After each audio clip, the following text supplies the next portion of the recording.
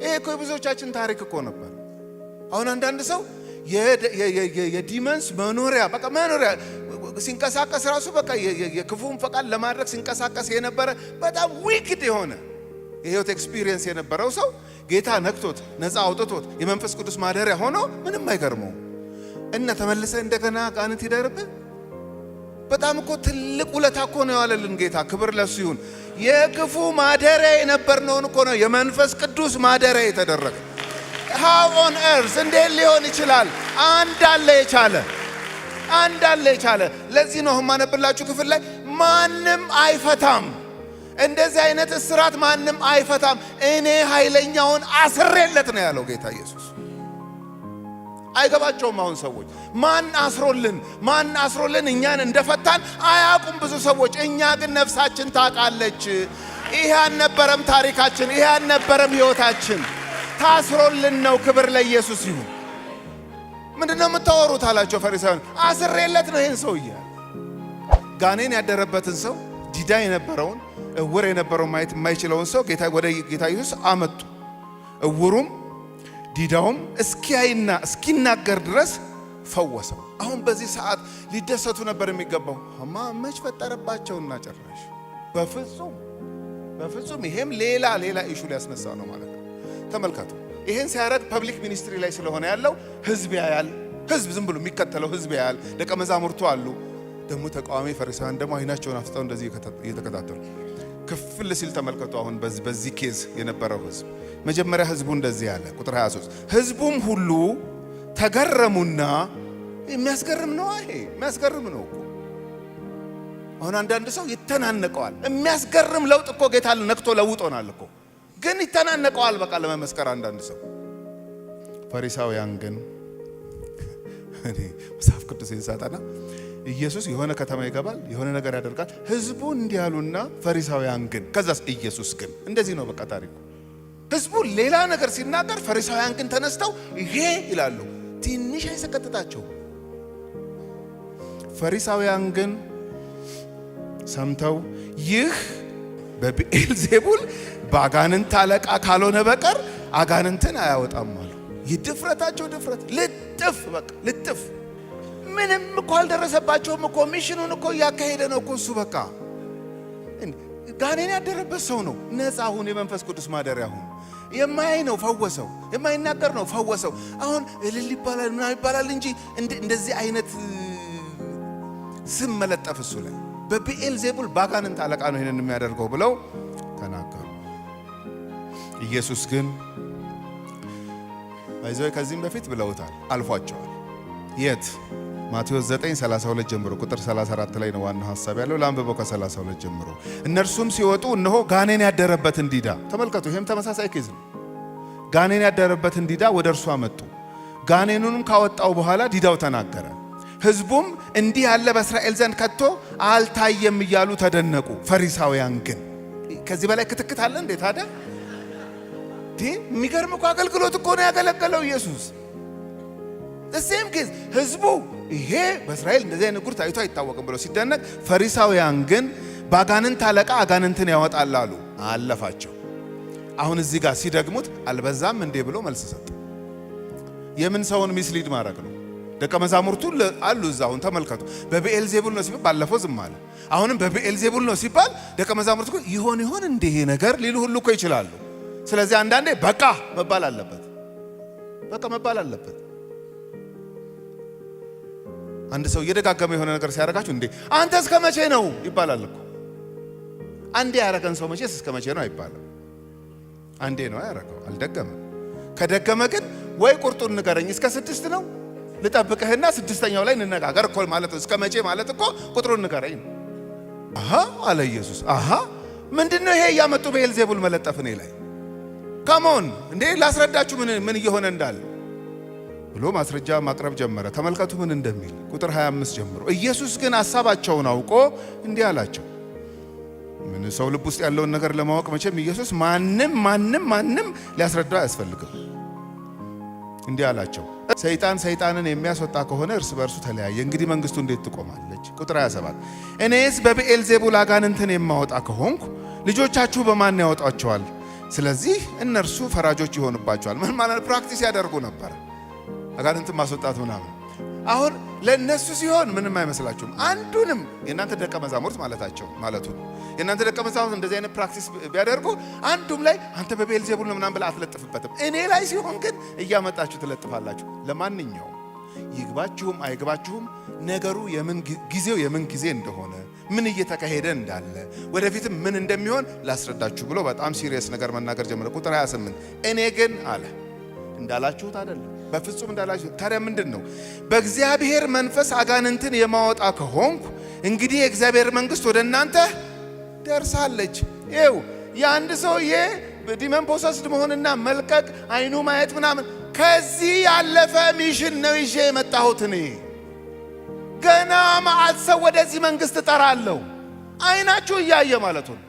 አይናችሁ እያየ ከዚህ ያለፈ ሚሽን ያለ የሆነ ሰፈር ስደርስ የሆነ ሰውዬ ንክት ከዛ ሰውን ኢምፕሬስድ ማድረግ የሆነ ኖ የመጀመሪያው ነገር እንድታቆም ፈልገው አለ በእግዚአብሔር መንፈስ ነው አጋንንትን የማወጣው አለ።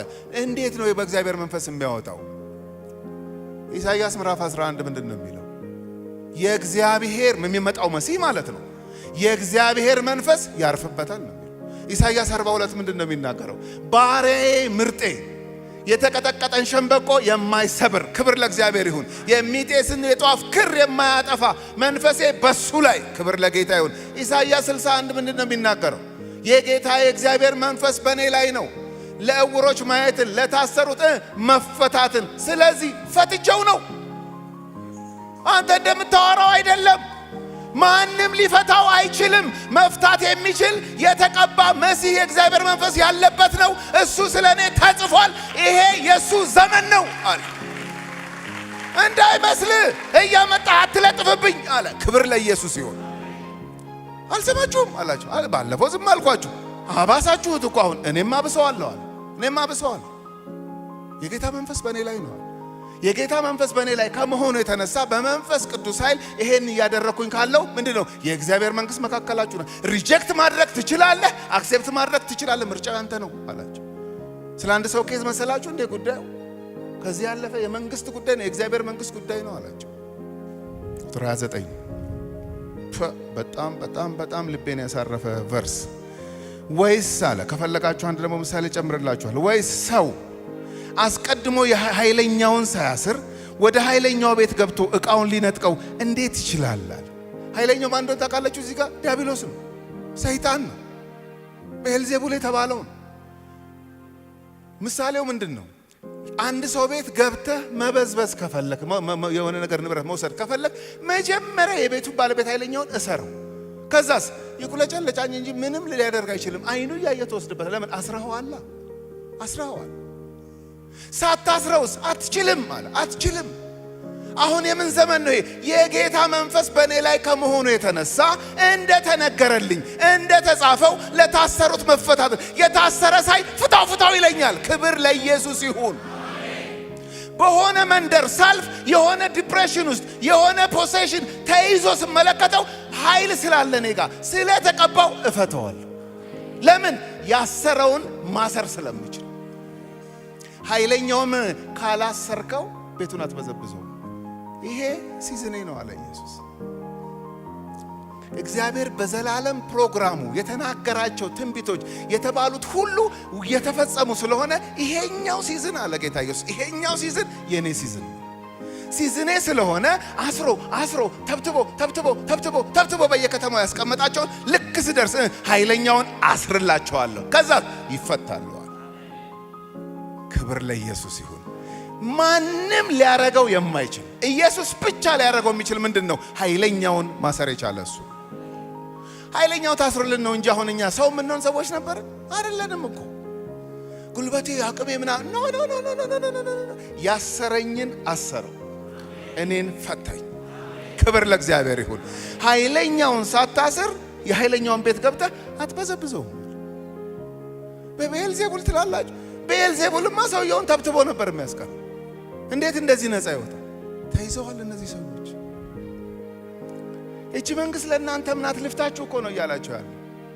የማን ልብ እሺ ብሎ ኃይለኛ ሪጀክሽን። እየተቃወማችሁ ያላችሁት የእግዚአብሔርን መንፈስ ነው አላቸው።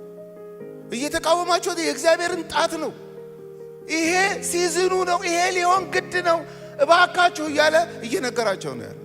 ኃይለኛውን ሳታስር ቤቱን ገብታ አትበዘብዘው። ቁጥር 30 ከእኔ ጋር ያልሆነ ይቃወመኛል። የጌታን ሥራ አትቃወሙ ነው እያላቸው። የሰይጣን ጓደኛ አትሁኑ ነው እያላቸው። ኃይለኛውን አስሬው ስበዘብዝ አብራችሁኝ ልትሆኑ ይገባችሁ ነበር። ከተቃወማችሁኝ የማን ጓደኛ እየሆናችሁ እንደሆነ እወቁ ነው የሚላቸው። ዮሐንስ ወንጌል ምዕራፍ 8 ላይ እኛ ማንም ባሪያ ሆነን አናውቅም፣ ከአባታችሁ ከዲያብሎስ ናችሁ ነው ያላቸው። ነው እኮ ያላቸው። አሶሲየት የምታደርጉት እናንተ ከእግዚአብሔር ጋር ሳይሆን ከእግዚአብሔር ጠላት ከዲያብሎስ ጋር ነው። ይህንን የገለጠ ማን ነው? ኢየሱስ።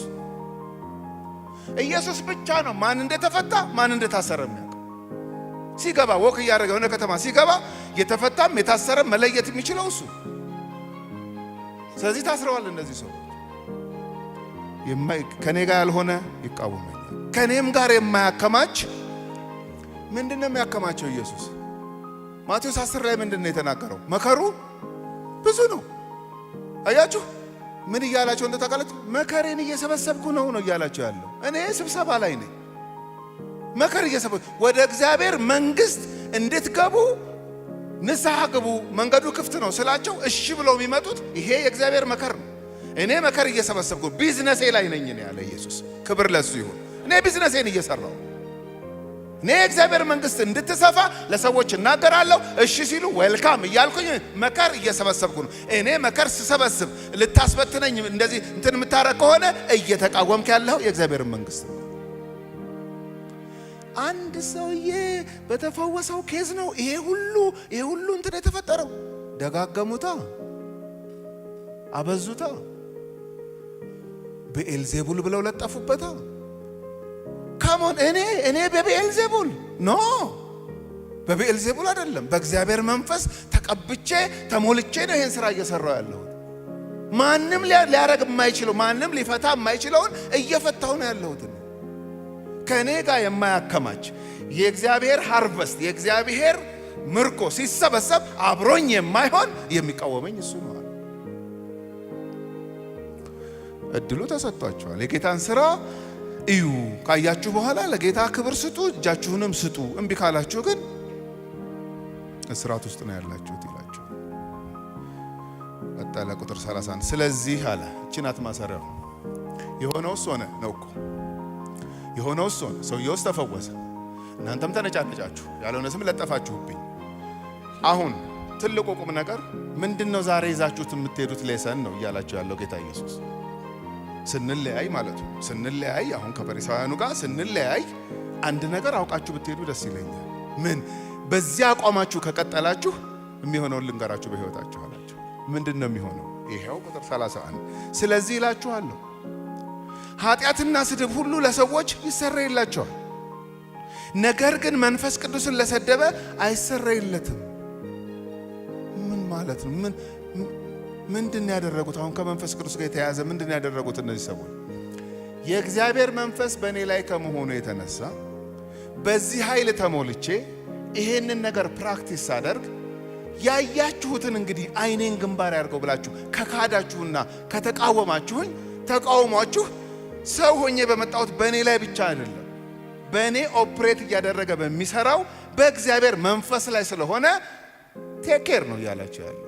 ሪስፖንሲቢሊቲውን ትወስዳላችሁ ነው እያላችሁ። የሚቀጥለውን ቃል ሳነበው በደንብ ይገባናል። በሰው ልጅ ላይ ቃል የሚናገር ሁሉ ይሰረይለታል። ምን ማለት ነው? ኢየሱስ የሰው ልጅ ነው። ስጋ ለብሶ ነው መካከላችሁ ተመላል። ስታዩኝ አሁን እንደዚህ ስታዩኝ ስጋ በመልበሴ ምክንያት አምላክ ሰው ሊሆን አይችልም ብላችሁ ልትሰናክሉ የሆነ ልታደርጉ ትችላላችሁ። ኢትስ ኦኬ። በቃ አልገባችሁም። ስታዩኝ አልገባችሁም። ኦፕሬት የሚያደርገውን ግን ጣቱ ስትንቀሳቀስ ሰው በእውነት ተተብትቦ ታስሮ የነበረ ሰው ሲፈታና ነፃ ሲወጣ የእግዚአብሔርን መንግስት ተስፋ አድርጎ የኔ ደቀ መዝሙር ሲሆን እያያችሁ አይኔን ግንባር ያልገው ብላችሁ መካድ ማለት ይሄ ቶታል ሪጀክሽን ነው አላቸው። ስለዚህ ቶታል ሪጀክሽን ቶታል ኮንዴምኔሽን ያመጣል። ምን ማለት ነው? ዋጋህን ትቀበላለህ ነው ያላቸው። መጣች የእግዚአብሔር መንግስት በመካከላችሁ ኦፕሬት ማድረግ ጀመረች። ገፋችኋት። ስለዚህ መጨረሻ ትገፋችኋለች። አረ እንዴት ምን ነው ስትመጣ አልገፋችኋትም እንዴ? ገፋችኋት። አሁን አንዳንድ ሰው መንፈስ ቅዱስን የተሳደበ አይሰረሌትም ሲባል ቀጥታ ብድግ ብሎ መንፈስ ቅዱስን ልክ ሰው እንደሚሳድበው ስድብ ኖ። ለአማኝም አይደለም ይሄ ቃል ጭራሽ የሚናገረው። ይሄ ቃል እኮ የተነገረው ለፈሪሳውያን እኮ ገብቷቸው ፈሪሳውያን ነው። ቀጥታ በውጭ ያሉትን በከፍተኛ ተቃውሞ ኢንቴንሽናሊ ነው ይሄንን የሚያደርገው። ኢየሱስን ገፍተው በሱ ላይ ኦፕሬት የሚያደርገውን የእግዚአብሔር መንፈስ ገፍተው ለነበሩ ሰዎች በዚህ ከቀጠላችሁ፣ ቶታል ሪጀክሽን ውስጥ ከቀጠላችሁ ቶታል ኮንደምኔሽን ውስጥ ነው ራሳችሁን የምታገኙታላችሁ። እንጂ ታዲያ የማይሰራ ኃጢአት እንዲህ መጽሐፍ ቅዱስ የልጁ ኢየሱስ ክርስቶስም ከኃጢአት ሁሉ ምን ያደርጋል?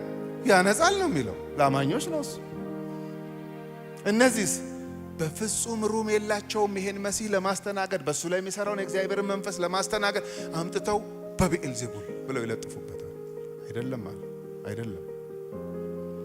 በመንፈስ ቅዱስ ላይ ግን የሚናገር ሁሉ በዚህ ዓለም ቢሆን ወይም በሚመጣው አይሰረይለት። ሐሳቤ ልጠቅልል። ጌታ ኢየሱስ ክርስቶስ በላዩ ላይ የነበረ መንፈስ ለታሰሩት፣ ለተጨቆኑት፣ ትራውማታይዝድ ለሆኑ ማህበረሰቡ ገፍቶ ወደዛ ለጣላቸው ነፃ ማውጣት የሚችል መንፈስ ነበር ላዩ ላይ ያለው። እስራት ይፈታ ነበር። የዘላለም ሕይወት ዋስትና እንዲያገኙ ሰዎች አሹራንስ እርግጠኝነት የሚሰጣቸው እሱ ብቻ ነበር። ይሄን ኤክስፒሪየንስ ያደረጉ ብዙ ሰዎች አሉ መጽሐፍ ቅዱስ ላይ። የዛ ነው ያክል ግን የተቃወሙ ሰዎች ነበር። የተቃወሙትን ሰዎች ጌታ ኢየሱስ ክርስቶስ there is no middle ground ነው ያላቸው። በዚህ ክፍል there is no middle ground ምን ማለት ነው? ቶታሊ በዚሁ ከቀጠልክ የእግዚአብሔርን መንግስት አትወርስ። ከዚህ ስርዓት ውስጥ ልፍታህ ብዬ እኔ ስመጣ እሺ ብለህ ከተቀበልክና እንደ ደቀ መዛሙርቱ ማለት ነው እሺ ብለህ ከመጣ ደግሞ የእግዚአብሔር መንግስት ወራሽ ትሆናለህ። ይሄ ነበር የኢየሱስ ማለት። ጨረሰ ሚሽኑ። ተሰቀለ፣ ሞተ፣ ከሙታን ተነሳ። ለደቀ መዛሙርቱ ይሄን የቤት ስራ ነው የሰጣቸው። የኃጢአት ስርየት የሚገኘው በኢየሱስ ክርስቶስ ሞትና ትንሣኤ በደሙ ስለሆነ ሂዱ ወደ ዓለም ይሄንን ምን አድርጉ? ስበኩ አላቸው። ጀመሯ እነ ጴጥሮስ።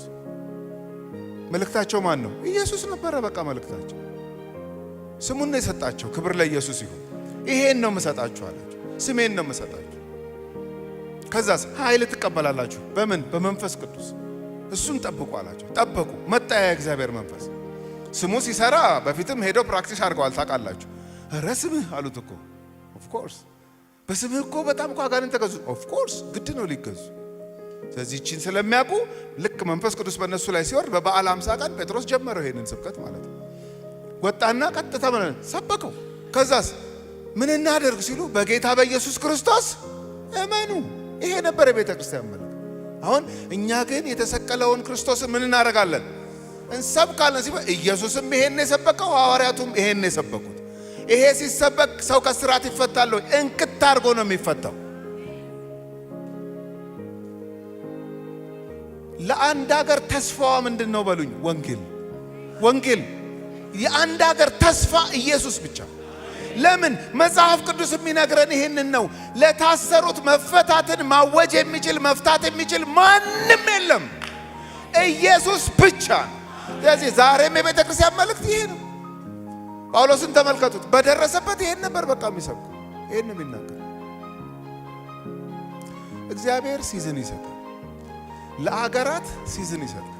አሁን አንዳንድ ሰው ይመስለዋል የኢትዮጵያ ታሪክ ወይም ይሄ በወንጌል ሰዎች ከስራት ነፃ መውጣት፣ መፈታት፣ የዘላለም ሕይወት ተስፋ ማግኘት፣ ራሳቸው ነፃ ከመውጣታቸው የተነሳ ይሄንን የመንግስት ወንጌል የእግዚአብሔርን መንግስት ስራ ለማስፋፋት ደፋ ቀና ሲሉ ምናምን ልክ ከዚህ በፊትም እንዲህ አይነት ታሪክ የነበረንና የሆነ ወይ የተደገመ ይመስላል።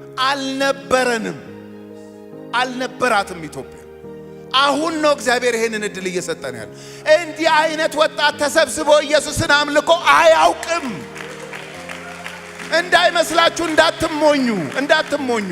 ልክ ኢየሱስ ወክ እያደረገ እነዛ ከተማዎች ውስጥ ሲገባ እዚህ ጋር ሲያይ ፍትት፣ እዛ ጋር ሲያይ ፍትት እንዳደረገው አሁን በምድራችን ወክ እያደረገ ነው። ልክ ሆኖ የሚያውቅ መስሏችሁ አትኩራሩ። ሆኖ አያውቅም። ኢማጂን 1940 ላይ ተወልደ 1920 ላይ ተወልደ ቢሆን አልፎ ነበር። እንኳን በዚህ ዘመን ተወለደ። ወክ እያረገ ነው ኢየሱስ። ወክ እያረገ ሲያይ ይገርመኛል። ሲያይ አሁን ቀላል ነገር በህይወትሽ የሆነ ይመስልሻል? ቀላል ነገር አይደለም የሆነ። እግዚአብሔር ከሰማይ ሲያይ ኢትዮጵያን፣ ከኢትዮጵያም አዲስ አበባ፣ ከአዲስ አበባም እናንተ ሰፈር፣ ከእናንተ ሰፈርም እናንተ ፋሚሊ፣ ከእናንተ ፋሚሊም አንቺን ለይቶ መፍታቱ አይደንቅሽም? ያልተፈታ መዓት አለ፣ የታሰረ መዓት አለ። ወክ እያረገ ነው ኢየሱስ። ወክ እያረገ ነው። ክሬዲቱን ለማንም አንሰጥም። ፈቶን ነው፣ ፈቶን ነው፣ ፈቶን ነው። እንዴት ፈታን? ኃይለኛውን አስሮት አስሮልሽ ነው፣ አስሮልህ ነው። ምንም እንዳልተደረገለትም አንሆንም። ፈቶን ነው። ቀልድ ይመስላል አሁን አንዳንድ ሰው። ኃይለኛው ታስሮልን አስሬው ነው አለ ኢየሱስ። ሆይ አንቀጠቀጠኝ አልኳቸው አንድ ቀን ሌሊት። በቃ ለካ አስሮት ነው አልኩኝ። በቃ እንዲህ የምነሸነሸው። ክብር ለኢየሱስ ይሁን። ለካ አስሮት ነው፣ አስሮት ነው። አለዛ አይሆንም፣ አለዛ አይሆንም። ለማንም ክሬዲት እንዳሰጡ፣ ለማንም ኖ ኖ ኖ ኖ ኖ ኖ ማንም አትፈታሽም ነበር። ደግሞ የሰው መታሰሪያ ኮተቱ ብዛቱ፣ ጦሱ፣ ጥንቡሳሱ መዓት እኮ ነገር ነው ያለው። ሰውን ሊያስር ያሰፈሰፈ መዓት ነገር ነው ያለው። በቃ መዓት። እሺ ከአንዱ ተፈቺ፣ ከሁለቱ ተፈቺ፣ ከመዓት እንዴት ትፈቻለሽ? ከመዓት የሚፈታ አንድ ነው፣ እሱም የተቀባው የናዝሬቱ ኢየሱስ። ማንም ውለታ አልዋለላችሁም። ማንም የዘላለም ሕይወት ዋስትና የሰጠን ኢየሱስ። ስለዚህ ቤተ ክርስቲያን ሌላ መልእክት ሊኖራት አይችልም። ፈቺ እሱ ነው። በየዘመናቱ ኃይለኛውን አስሮ የታሰሩትን የሚፈታ እሱ ብቻ። ገና እኮ ለዘላለም ያስረዋል እኮ። የሚገርማችሁ ገና ያስረዋል እኮ። መልአክ ልኮ እሰረው እኮ ነው የሚለው። በቃ ራእይ 20 ቁጥር 1 እና 2 ተመልከቱ። ሄዱ አንድ መልአክ ልኮ እሰረው ይለዋል። ከዛ ፍታው፣ ለመጨረሻ ደግሞ እሰረው። ኢየሱስ ጌታ ነው። ኢየሱስ ጌታ ነው። በእውነት እንዳትሞኙ፣ እንዳትሸማቀቁ። በቃ ይኸው ኃይለኛን ማሰር የሚችል አንድ ነው መጽሐፍ ቅዱስ ያስተዋወቀን፣ እሱም ኢየሱስ ነው። እና እነዛ ሲከራከሩ በኤልዜቡል ዝም በል ኃይለኛውን አሰረለት ነው። አሁን ይሄ ሰውዬ እንደዚህ የምትመለከተው እንጂ ሳይታሰርለት ሰው እንደዚህ አይሆንም። አሰረው እዚህ ታስሮለት